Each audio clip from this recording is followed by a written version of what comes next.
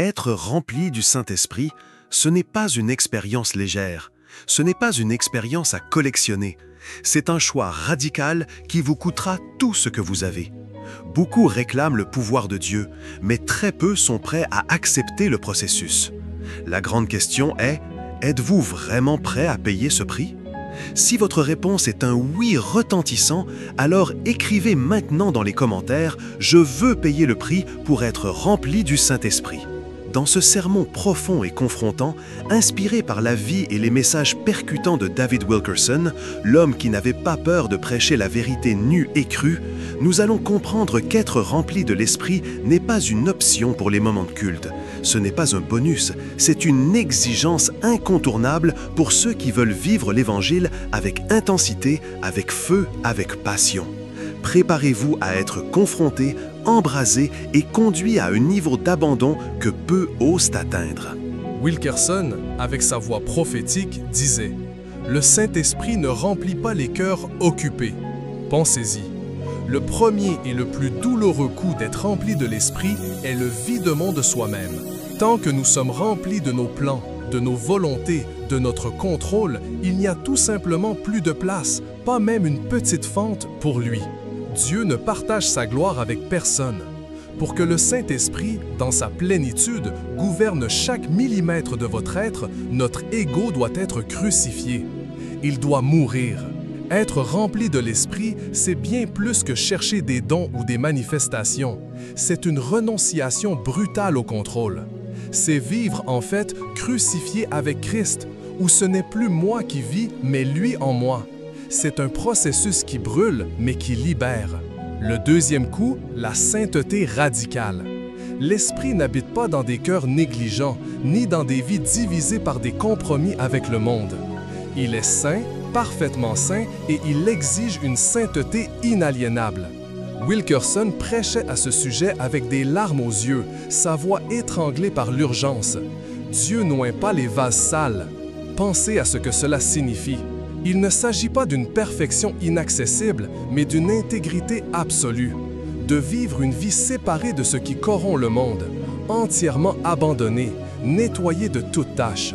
Celui qui désire vraiment l'Esprit doit être prêt à abandonner le péché qui se cache, la mondanité qui nous séduit et tout ce qui attriste le cœur de Dieu.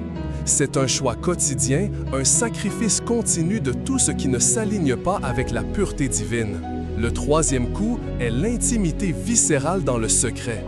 Être rempli de l'Esprit n'est pas le résultat de conférences émouvantes, de grands événements ou de scènes brillantes. C'est le fruit d'une consécration profonde. C'est dans le silence de votre chambre, dans la discipline du jeûne, dans l'immersion dans la parole, dans l'abandon silencieux et souvent solitaire que l'Esprit vient avec une puissance qui déplace des montagnes. Wilkerson ne ménageait aucun effort. Il passait des heures seul devant Dieu, pleurant, criant, déchirant son âme. Il comprenait, comme peu d'autres, que le feu de l'autel, l'onction qui transforme des vies, est maintenu vivant dans la vie cachée avec Dieu. Celui qui désire être rempli doit apprendre à aimer le lieu secret plus que tout applaudissement public.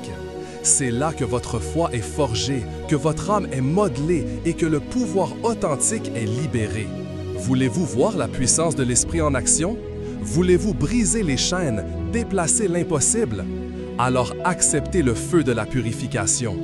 Être rempli de l'Esprit, c'est traverser les déserts spirituels, affronter les résistances infernales, rompre avec tout le système et la culture qui vous retiennent. Il n'y a pas de raccourci. Dieu n'oint pas le divertissement, il n'oint pas la performance religieuse, il oint l'abandon total. Et c'est cet abandon, cette remise sans réserve de qui vous êtes et de tout ce que vous avez qui ouvre les cieux de manière surnaturelle. Le Saint-Esprit ne cherche pas un autre spectacle, il cherche des autels vivants, des cœurs embrasés, des vies entièrement sans réserve, prêtes à être consumées par lui.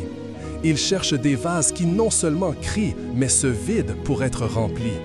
Être rempli du Saint-Esprit, c'est invariablement être incompris par le monde. C'est nager à contre-courant de la culture déferlante.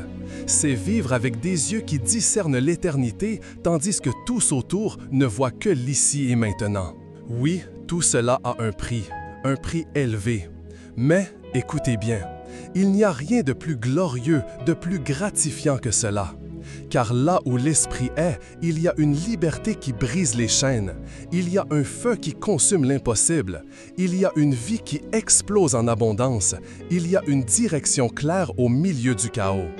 Il est infiniment préférable de tout perdre de ce monde pour être rempli du ciel. La récompense est Dieu lui-même.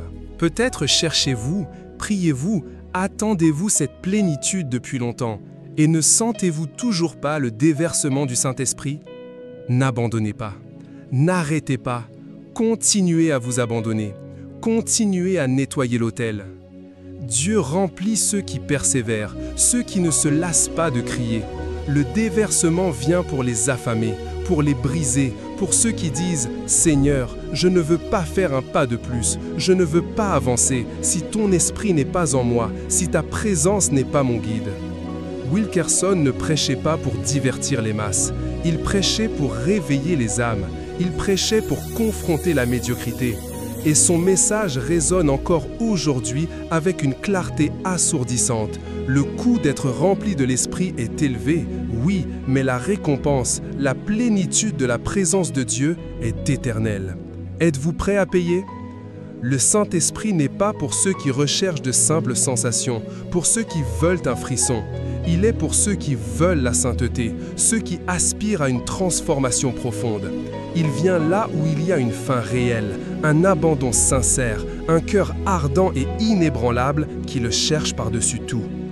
Si vous voulez en fait être rempli du Saint-Esprit, arrêtez de ne demander que le pouvoir vide et commencez à demander avec urgence la pureté radicale.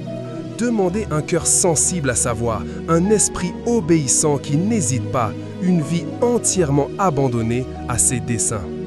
Le ciel ne cherche pas des talents, des diplômes ou des CV, il cherche des autels. Le Saint-Esprit vient là où il trouve de la place, là où il est le bienvenu sans restriction. Qu'il trouve cette place en vous, qu'il inonde chaque partie de votre être. Si cette parole a brûlé votre cœur, si elle vous a fait désirer le Saint-Esprit avec une intensité que vous n'avez jamais ressentie, écrivez maintenant dans les commentaires « Je veux payer le prix pour être rempli du Saint-Esprit ». Laissez votre décision résonner. Partagez ce message maintenant avec ceux que vous savez qui ont besoin d'être confrontés et de désirer plus de Dieu. Levons une armée de personnes remplies de l'Esprit dans cette génération. Pour continuer à recevoir des messages qui défient, confrontent et réveillent votre âme à la réalité du royaume, abonnez-vous à la chaîne Pensadores Christos et activez la cloche de notification. Car être rempli du Saint-Esprit n'est pas un privilège pour quelques-uns. Ce n'est pas un bonus, c'est l'appel suprême pour tous ceux qui aspirent à vivre l'Évangile dans sa plénitude.